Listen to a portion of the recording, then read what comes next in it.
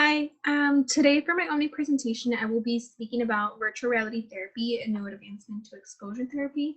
I am going to be speaking on nothing new, as virtual reality therapy has been introduced since the 1990s. It is just more of an overview of the research that has been done and its effectiveness in treating severe phobias and anxiety disorders. So I want to give an overview of exposure therapy, since it is the basis of virtual reality therapy. So exposure therapy was first introduced in the 1900s by Ivan Pavlov and John Watson in their work with classical conditioning. They morphed it to be looking into the behaviors of humans. So they're most known for their experiment on little Albert, in which they showed him different stimuli to create a baseline of psychological and physiological reactions. They then showed him to a white rat and paired it with a loud noise. After much repetition, the boy associated the white rat with the loud noise and then was conditioned to fear the sight of the white rat alone. Another great psychologist for exposure therapy was Mary Cover and her idea of counter-conditioning. She used this in an experiment where she had a boy who was afraid of rabbits be introduced to one with positive stimuli, which she used as food, in order to have him become more tolerant of the rabbit itself and associate it with the positive reward that came along with it. Another great behaviorist of exposure therapy was Joseph Wolf.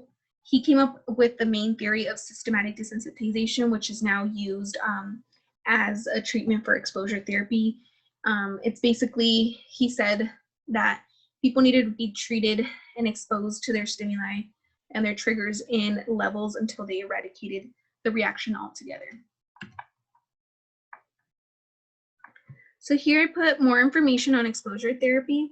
I kind of wanted to give how exposure therapy really works. On the right side, you can see an image that I put, which shows the 4 steps of how exposure therapy really works. Habituation, being repeatedly exposed to the triggering stimuli. Extinction, weakening or breaking the association with that stimuli, whether it be anxiety or fear. Self-efficacy, it shows that anxiety is able to be controlled and the reactions as well. The emotional processing is finally developing more realistic beliefs and appropriate reactions to the triggering stimuli.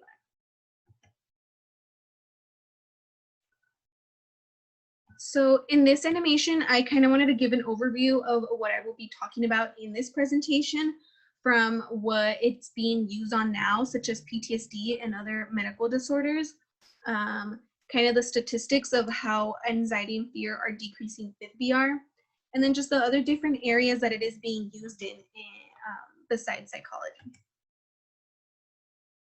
So what is virtual reality therapy and to what is it being applied to? So virtual reality therapy is a form of exposure therapy. It incorporates systematic desensitization, except that it is now using the technology of VR to create a simulation. So virtual reality sort of mirrors what a reality would look like that the therapist is trying to recreate based on the patient's fears or anxiety and create a more interactive scene. Some researchers have said that a person in a virtual reality is immersed into a reality that creates a simulation that feels like their reality and may not even distinguish their digital limbs from their own. The sounds inside of the simulation are almost identical to what the patient has already experienced, that they feel like it is real. Besides behavioral therapy and cognitive approaches, VR therapy is being used to treat other psychological disorders such as PTSD, autism, and even ADHD. So the overview of the type of technology that is being used in VR therapy is the visual display, the headset, and the actual computer programming. So the visual display kind of gives a customized for each eye, kind of like a pair of glasses. So each person has it customized to their own needs. The virtual reality headset also allows the patient to become more interactive with the simulation in order to be able to move and see the whole scene around them. This technology has been a great asset to exposure therapy, since it allows the therapist to program the exact reality they want to present to their patient in order to treat them. And it also allows for the patient to be present during the simulation due to how immersive it can be to the different visual and auditory stimulus that triggers links to the parietal brain, which is in charge of processing information and cognitive processes. So here I want to give an example of how virtuality is really being used, the actual functions and the actual technology.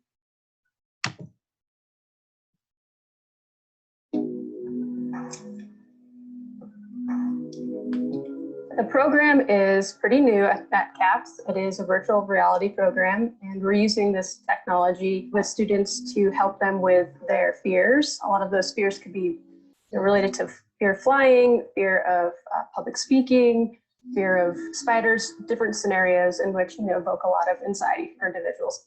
Clinicians have been using this to integrate exposure therapy for a lot of veterans with PTSD. I think it's really exciting that we now have the resources to be able to use it within our counseling center, and so students have access to it as well.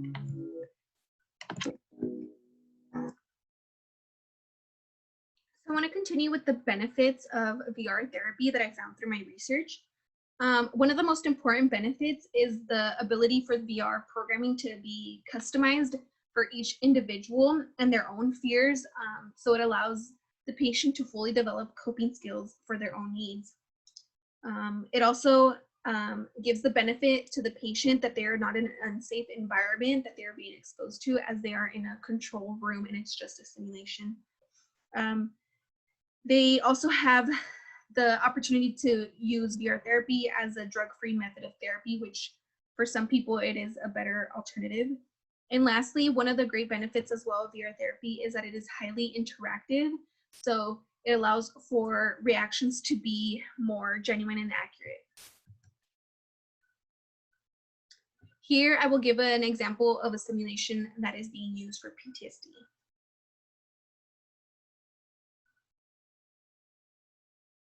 Environments make it possible to create virtual reality exposure therapy aids for the treatment of those suffering from post-traumatic stress. A platform for sensing and understanding emotions in real humans can make virtual characters more realistic, but also helps clinicians identify signs of depression and respond effectively. All this is made possible because we work to make our research a reality and put it directly into the hands of users. This might require transforming off-the-shelf devices for new, cost-effective, and beneficial uses, or deploying innovative technology that changes the face of education and entertainment. Virtual and augmented environments can be used to help people in the real world. ICT has already provided valuable ways for people to interact with digital technology. Now, we look ahead for the next generation of solutions that benefit students, service members, and society as a whole. This is the power of cutting-edge science, focused on the human dimension. This is the power of ICT. So going on with that video and how it has helped war veterans in PTSD, virtuality has other benefits besides helping actual patients. It also serves clinicians as a training tool in order to train for the type of programming and technology that it incorporates into VR therapy. They're also able to practice on virtual clients to get the right increment and exposure time so that they are more comfortable with the type of program and then implementing it with actual clients. And lastly, patients will feel more comfortable if the therapists are more comfortable themselves, especially around the type of technology that it is being used. Another benefit is that some patients have said that it is more confidential since each scenario is customized to themselves.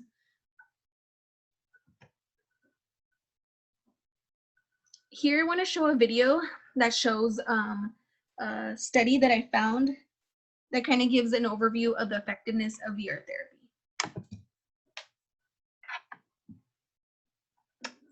One example of the effectiveness that is shown in virtual reality therapy was a study that was conducted on an autistic adult with a needle phobia. The researchers found that having to find hospital settings and equipment in order to conduct an exposure therapy would be too costly and sometimes inaccessible. They decided to then conduct their study using virtual reality therapy, which had already shown benefits in being able to cater to those adults that had intellectual or developmental disabilities. And virtual reality also allowed the therapists to take what the participants described and program it into the virtual reality themselves to be more accurate.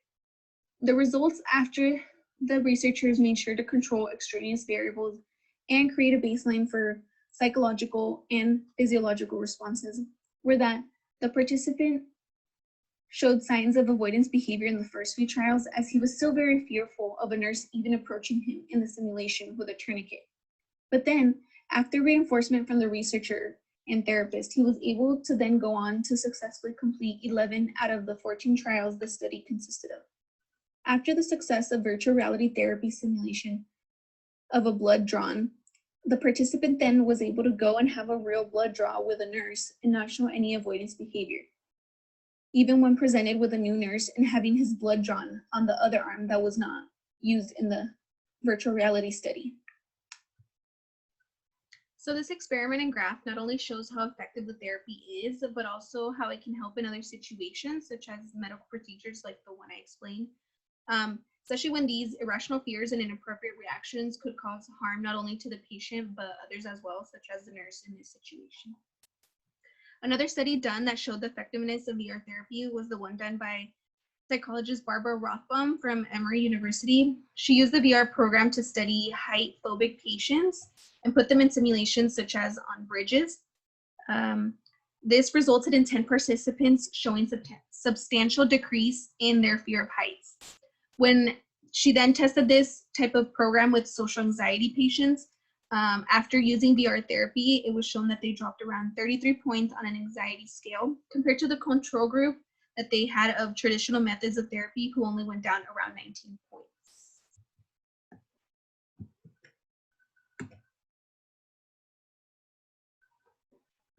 So speaking on the actual effectiveness of virtual reality therapy, there are many ways that virtual reality therapy has been found to be effective. One of them is that they have learned to be more successful in their occupation since they have more coping skills to deal with their triggers in real life.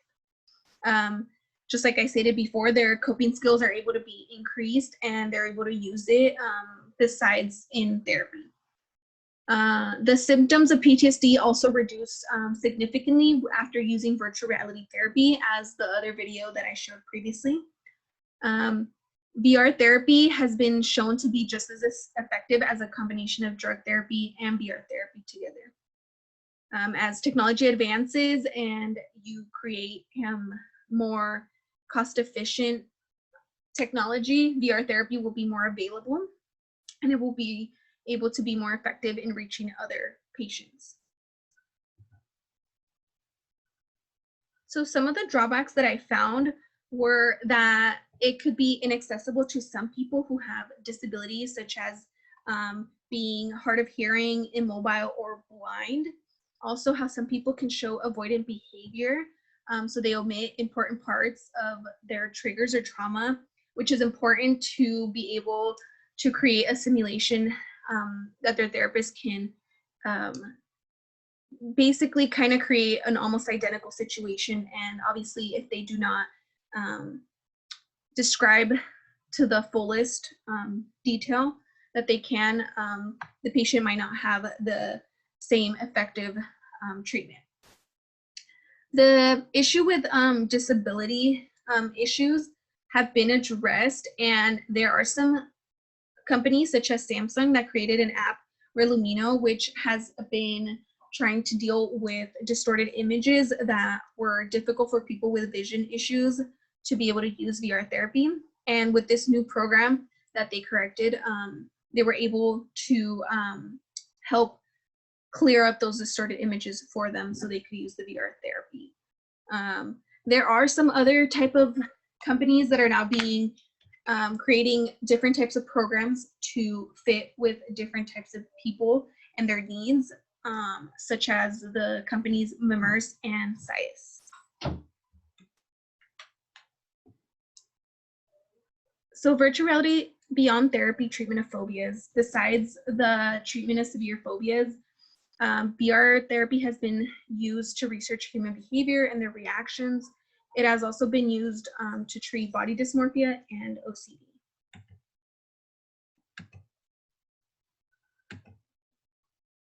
And here are my citations. Thank you so much.